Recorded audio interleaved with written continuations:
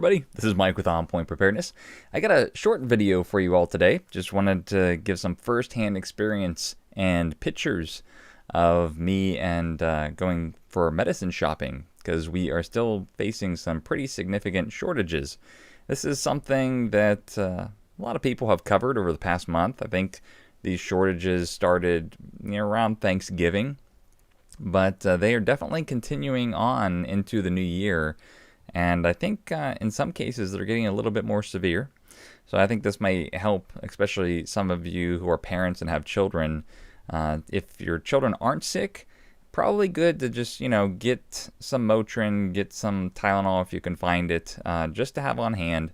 Because again, I think these shortages are going to persist into the new year.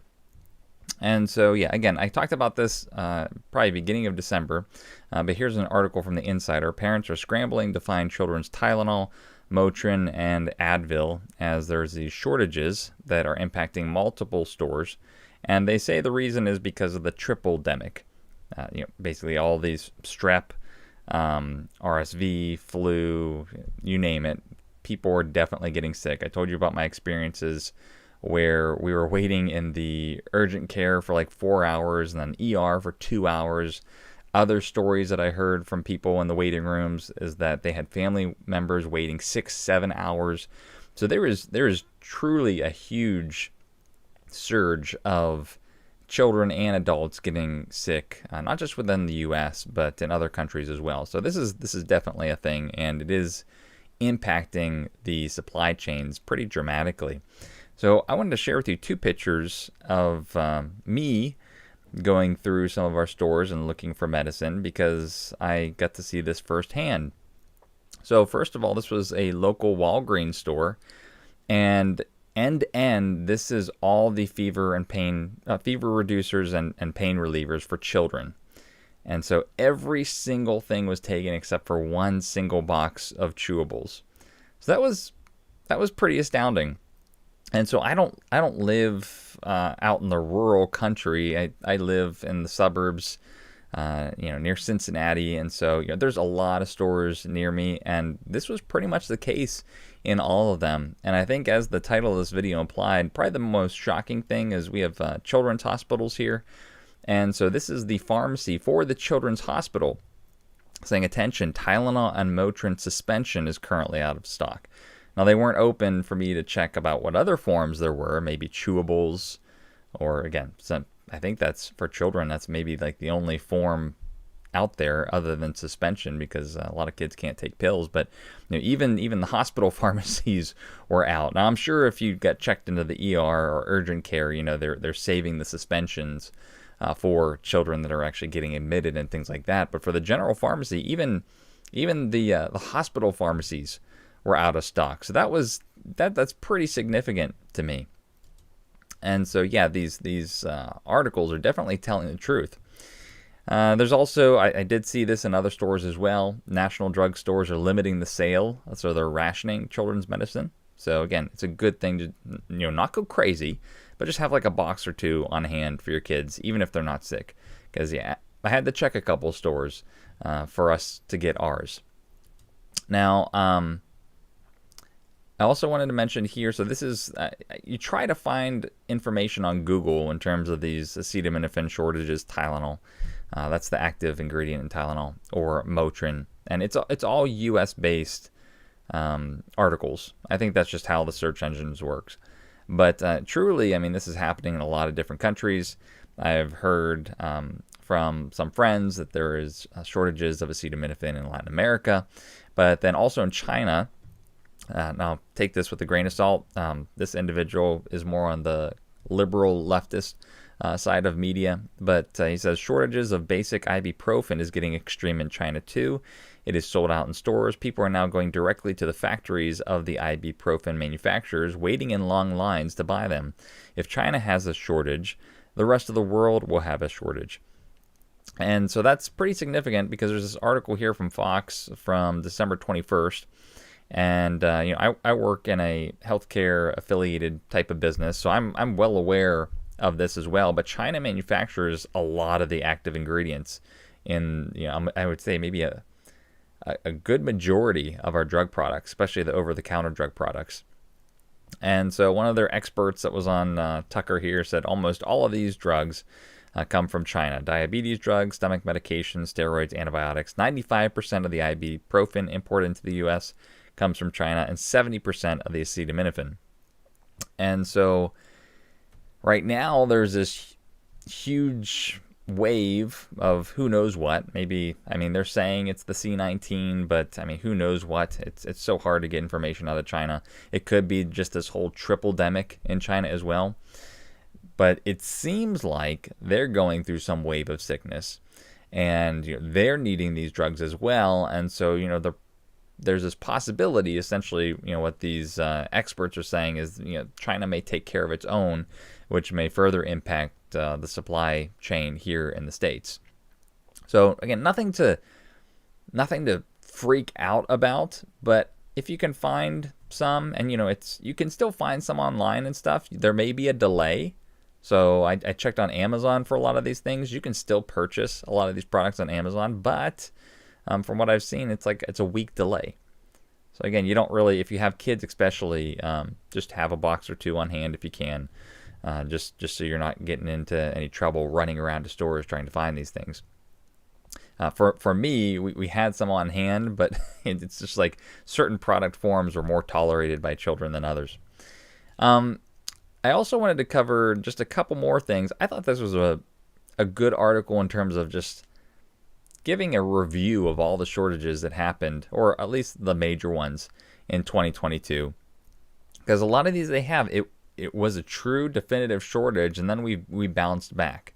There's this like bullwhip effect of, we have a supply chain shortage, and then like supply chains come rushing back, and then there's too much of it, and it's just like the supply chain is just getting absolutely strained because it keeps on getting like a ping pong, just whacked back and forth, and our very complicated supply chains just can't really handle those dynamics very well.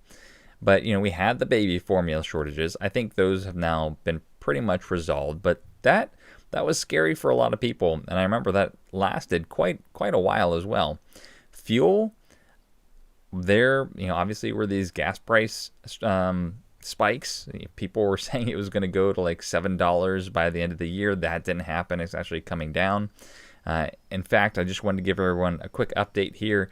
There was a lot of articles, I think last month or month and a half ago, saying, hey, we only got 20 some days left of diesel and there's going to be a diesel shortage. Indeed, there was. However, and I mentioned this channel as a source of secular news. I like him for, again, secular news. But he shared this graph of U.S. distillate oil days of supply. And you can see here is where everyone was getting concerned between October and January. If you see the 2022 bar, I mean, this was very, very low in terms of days of supply. But now they've been working to improve that. So it's actually above 2021 now. So again, the diesel, I'm not going to say it's completely remediated. I'm not in that industry, so I don't know the details. But there are people working to get the supply back up. Children's medicine, that's what we're talking about right now. We've also seen, I've seen this especially on Facebook and other social media, depending on where you are in the country, there's just been a whole variety of food shortages, fertilizers. I think that's another big one that we're waiting to see the impacts of in 2023, automotive chips, labor, et cetera, et cetera, et cetera. There's just been a lot of stuff going on. And it seems like these things are still going to continue, especially, with what's going on in China. There's, again, just major turmoil in China with the citizenry getting very upset with the government. I really do think there's some type of triple-demic thing going on over there where people are getting sick, and so you wonder what that does on supply chains, or whether or not China returns to some type of isolation policy, which further impacts supplies. I think we all know that things just aren't getting better. And so again, you do you don't go to extremes, because if you listen to the prepper channels, I'll tell you what, I've been there myself, and those of you know, like, I was really focused on preparedness at the very beginning of my channel, but I've started to lay off of it and more so focus on your spiritual health, our spiritual health, spiritual teaching and discernment.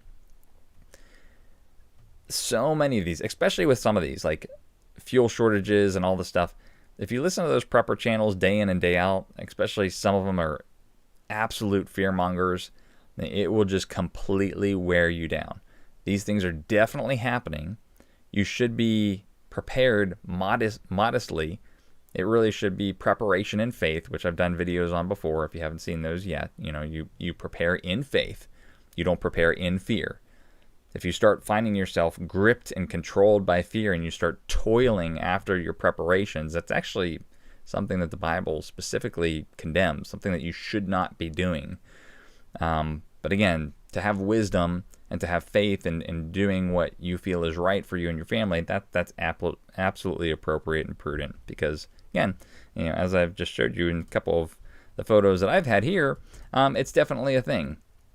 And so, I wouldn't say the situation is absolutely dire, at least in my area.